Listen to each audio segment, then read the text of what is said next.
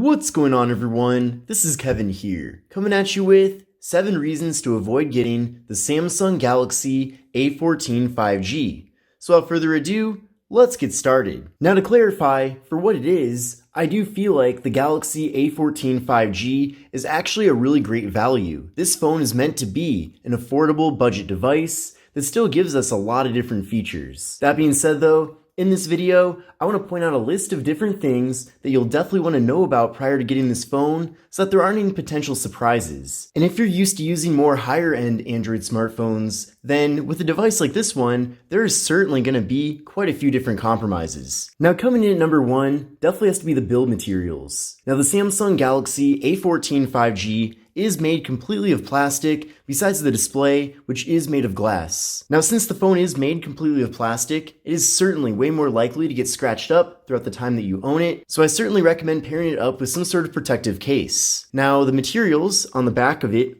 are kind of a matte finish with this texture to it, so it looks pretty nice. I do like that it's not a glossy finish because it doesn't pick up that many fingerprints. That being said though, you can tell that from me using the phone and holding the phone, you can certainly see quite a bit of grease and sweat on the back of the device. So I feel like they could have gone with a different build material that maybe was a bit more premium. But again, considering that this is a lower end phone, I do feel like we're pretty much getting what we're paying for. But most importantly, definitely get a case to pair with the Galaxy A14 5G. Now coming in at number 2, certainly has to be the processor. Now with this device, we're getting 4GB of RAM paired up with the Samsung Exynos 1330. Now that processor is decently capable, especially for a lower end device, and I do appreciate that it does give us 5G connectivity. On the other hand though, if you're more used to using an S-series phone from Samsung, for example, maybe you have a Galaxy S10 or a Galaxy S20, and you just don't feel like spending a lot of money on your next device, and instead, you want to try one of the lower end options like this phone. Just know that with this device, it's not going to be nearly as fast as even some older Samsung flagship phones. That being said though,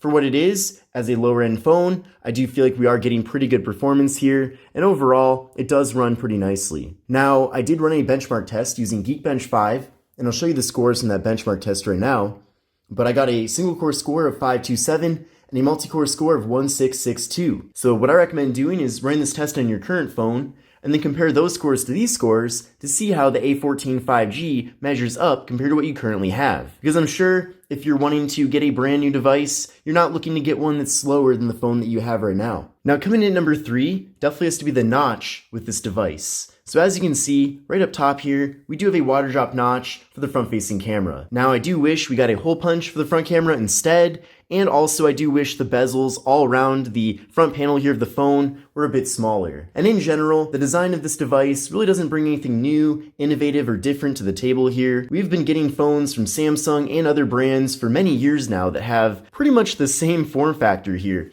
with that water drop notch and thicker bottom bezel. So I wish Samsung would try something different or new with their lower end phones just to make things a bit more interesting, especially considering that the general design of this phone really could have been released at any time. If this phone was launched in 2018, for example, it would have fit right in with the other phones being released in that year. So there hasn't been a whole lot of innovation when it comes to the lower end phones offering different and unique designs. Now the 4th reason to potentially avoid getting the Samsung Galaxy A14 5G is because there is no wireless charging. Now wireless charging is another feature that you typically would not expect to find with a phone in this segment, but if your current phone does have wireless charging, don't just assume that every smartphone has it. Now for me personally, I do tend to use wireless charging quite a bit with any device that does have that feature. So around my home, for example, I have a wireless charger by my bed, I have a wireless charger in the kitchen, I have a wireless charger on my desk, and it certainly is very convenient. It's nice that I can just throw the phone on the wireless charging pad and it immediately begins charging. But there's also an additional benefit with wireless charging outside of just the convenience factor. So if your charging port gets damaged for some reason, you really don't have any other method to recharge your phone. Whereas if the phone did have wireless charging, at least while you're waiting to get that fixed, you can still recharge the device. So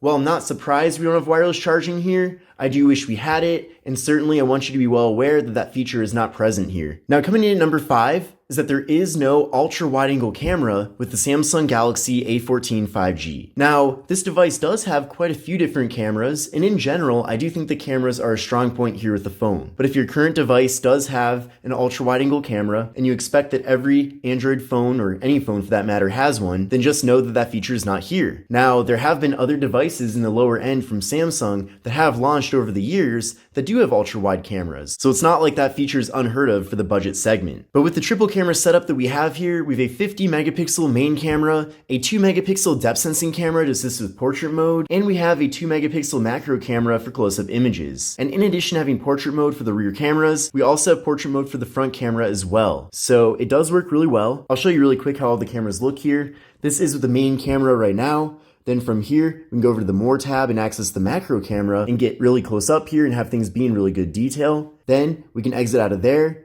go over to portrait mode, and we can get those blurred out backgrounds. As you can see, there's even a blur slider to adjust that. Flipping around to the front facing camera, there's me right there. We can take portrait selfies too. You can even crop out a little bit and do a group selfie, or you can take a standard selfie. So lots of different camera features, but there is one feature missing, and that is the ultra wide angle camera.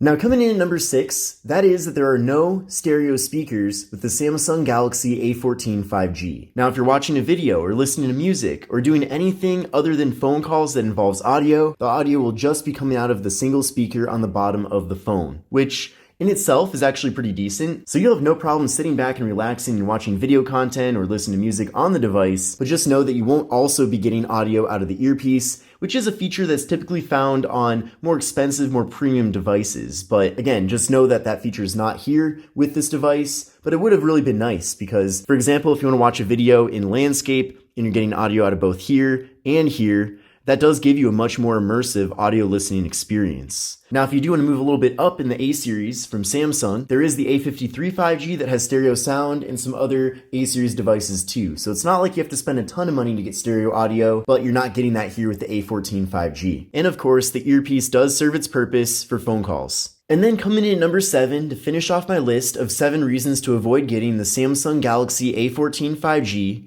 my 7th reason is that there is no 4K video recording. Now you might wonder, why do you even need 4K video recording when the A14 5G only has a 1080p display? And the reason for that is, if you want to capture video and then play it back on your TV, you're not going to be able to see it in 4K if your TV is 4K. And nowadays, most TVs that people buy are 4K TVs. So if you're on vacation and you want to capture a video and show it to family or friends later, or if you just want to show any video on your TV that was captured with your device and you want to view the video in the full resolution that your TV is capable of showing it at, you're not able to do that with footage from the A14 5G since it does max out at just 1080p. And there are quite a few lower end Android phones that do offer 4K video recording, so keep in mind that it's not like you have to spend that much more to get that feature. But unfortunately, we're not getting that here with the A14 5G. But this concludes my video on 7 reasons to avoid buying the Samsung Galaxy A14 5G. Again, overall, I think this is a fantastic device from Samsung. Of course, Samsung sells